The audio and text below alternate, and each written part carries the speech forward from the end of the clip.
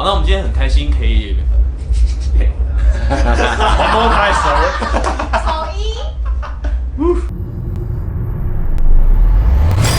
好，那我们今天很开心可以请到Tyas来台湾。那Tyas是一个非常资深的 DJ， 那超过30年的 DJ 跟制作人生涯里面呢，他是非常非常厉害的。然后我自己也非常喜欢他。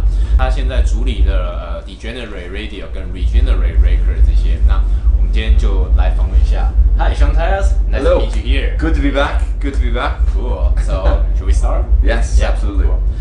Okay, first one is lots of people describe your music as the state of art between trance and psytrance with huge emotional feeling inside. How could you describe your music? I would say that's actually pretty accurate. I think I'm leaning nowadays. I'm leaning more towards my more classic trance sound. But I learned so much from the production of psytrance over the last 3 years, last 2.5 years, that I took these techniques and I'm working them into regular trance. And I think right now it's a lot more of my old sound, that it's just done in a much better way. I listen to my old stuff now and I'm shocked at what it sounds like. So like I'd like to update everything, just make it sound better, but convey the same vibe. Yeah, cool. So you try to merge your old and new Always, sounds, always. together. Yeah. What about the inspiration? What's your inspiration from? Primarily, like I listen to so much drum and bass. Yeah, cool. And I really get a lot of inspiration from that kind of stuff, like Matrix and Future Bound, Metric, stuff on Viper, Matthews, everything from more neuro drum and bass to more melodic stuff. And like I kind of like try to find, I'm like, oh, I have to implement, this type of feeling and this type of drive into trance music and this type of also technique of production. It's hard, but I think it brings something new to my sound that no one else is doing right now in trance. So I think it's always important. Yeah, that's awesome because I thought drum and bass is fucking hard to produce. It's very hard to produce. It's the hardest one to produce, which is great to learn because if you learn it, you're now knowing something that no one else in your sound is doing. Yeah. So cool. It's good. Yeah, that's good to hear that. And during your 30-year career as a DJ and producer, what's the most difficult things? I mean, I think right now the hardest thing for me is to be.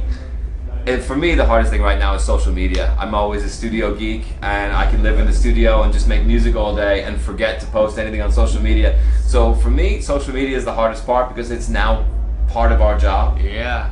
And I actually kind of hate that in a way. I mean, when you make a good post and people like it and you get lots of good feedback, it's a nice feeling. But I feel like that's not really what we should be doing. We should be making music all the time. Because we are producer and DJ. Exactly. That's what should we do? I know. Not post Facebook and Instagram all the time. But we can't complain. I mean, if social media is what we have to do, then somebody who's working in a steel mill or in the mines is gonna say, "What the fuck? You guys are crazy. Like, look what we do." So yeah, respect to these people that are out there working hard physically every day. And I'm complaining about having to make a social media post, so I'm the asshole on that one. So that is the more difficult part because you have to post things that are relevant every day. Yeah, exactly. Keep the post alive. Yeah. It's super hard. The third one is, as a professional DJ and producer, do you have any suggestion for the newbie? Keep on learning and never stop learning. Never think you've learned everything. If you think you've learned everything, then your sound will just basically go nowhere. I know a lot of guys that think they already know everything and their sound has gone nowhere in 10 years, more than 10 years. And the guys that are constantly hungry for new information, hungry for new techniques, they're the guys that they're going to be the future in another 10 years. So watch those guys and be one of those guys that is constantly hungry for new information on how to make your music better, whether it be melodically or on the production technique, sound design side. Yeah, that's super important. Yeah. And how did you start it? I started with back in high school, I guess. Well, it wasn't really anything serious. It was more just me going back and forth with some friends in a program called a Tracker. It was Impulse Tracker 3, and I was making hardcore gabber. Wow. And just with a friend of mine, and we were just going back and forth on floppy disks, like bringing the projects, and it was actually on floppy disks, not even like CD or USB. And the whole project fit on like one and a half megabyte floppy disk. But it was all sample based, very small samples. So it was a fun project, but it just gave me the kind of the encouragement to kind of pursue it more. Yeah, cool. That's super fun how you started. Okay, and next one is, can you share an artist you admire the most and why? Yourself. I don't admire myself. I will. Really? Hopefully, I will. I will one day. I will one day. Hopefully. You I have to don't. be proud of yourself.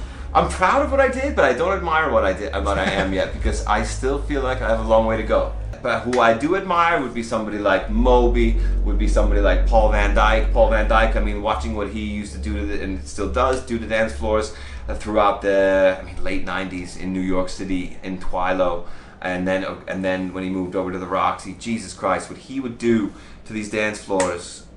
I mean, I wasn't doing anything in production side yet. Well, not really. I was doing the tracking stuff, but that was just goofing. But what he could do to dance floors showed me, like, okay, I can do this, or I should try to learn how to do this. And Moby, just for the simple fact that back in the 90s, his music was so cutting edge, so far ahead of his time, that I just needed to do a little research and find out what it takes to make this type of music. Next one is, you and Menandi John played back to back in the Dream State this year, right? Yes. And then we also found that you guys had this combination several times. Do you share the same perspective in music?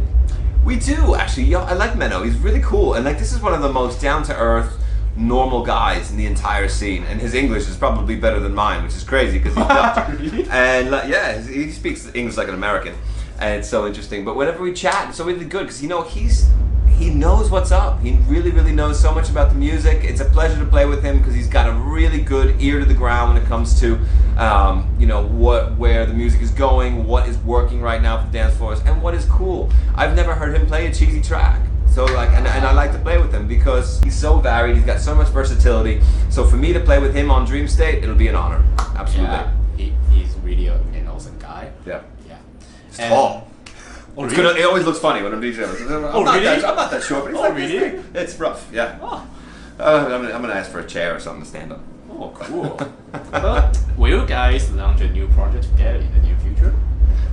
It's up to him. That's time will tell. We have no plans in effect, but that's an interesting concept. Actually, I don't think that's that bad an idea. I guess you guys maybe have a plan in the future. He's running in Trance We Trust. I run Regenerate. But of course, both labels are associated with Black Hole, so it's absolutely not out of the question. It can totally work. Okay, cool. Okay, I think we finished our interview question. Wow.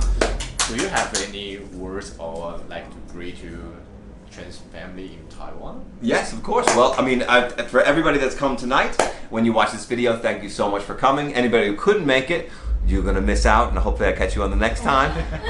Also, don't forget my new remix of the classic Rapid Eye Circa Forever is out as of yesterday.